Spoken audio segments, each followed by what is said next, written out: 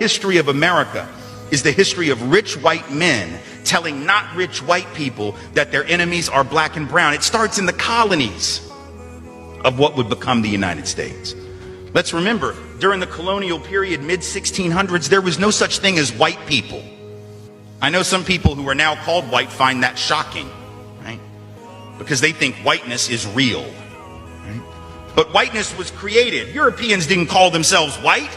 We didn't call ourselves white. We weren't all members of one big happy family. Are you kidding? Have you studied the history of Europe? The history of Europe was about killing each other.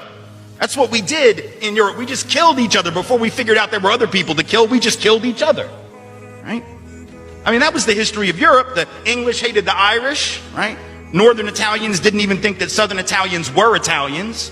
The Germans hated everybody, and everybody hated their ass right back, right? There was no team called white, no race called white, but all of a sudden, in the middle of the 1600s, there was. Why? Why was it suddenly necessary to create this thing called the white race? Well, because rich people can count, that's why.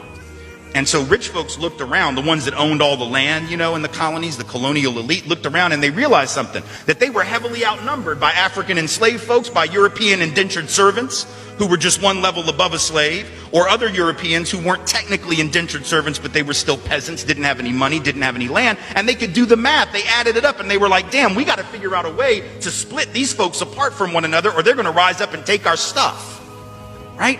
Because after a while, these black folks who were enslaved Africans and these quote unquote white folks who were poor Europeans are going to figure out they're all getting played by these rich people, right? So ultimately the rich figure out they got to come up with some way to get somebody in that group on their team. The easiest thing is to get the poor Europeans, right? Because at least they look like you. They sort of share some of the customs and the culture. So they all of a sudden create this thing called whiteness and they say, now you're part of the club. Now we're going to let you testify in court, enter into contracts, vote, at least if you're a man, own a little bit of land, at least if you're a man, right? And we're going to get rid of indentured servitude. No more of that, because you're too good for that. And we're going to take the white men, now called white men, and put them on the slave patrol to keep black people in line.